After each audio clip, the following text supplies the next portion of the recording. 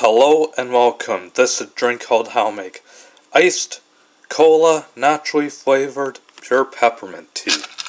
First thing you gotta do is you put in the ice cubes into this mug, and then you open up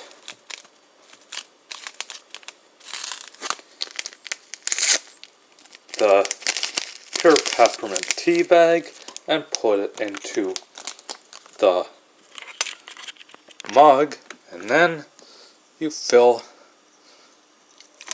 the mug with a little bit of water. Go here and go here.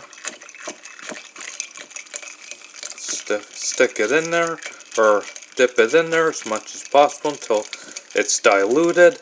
And last but not least, you pour in the cola naturally flavored into this mug, and there you go, folks. Here is your iced cola naturally flavored pure peppermint tea. Enjoy, folks, and thank you for watching. Peace and prosper.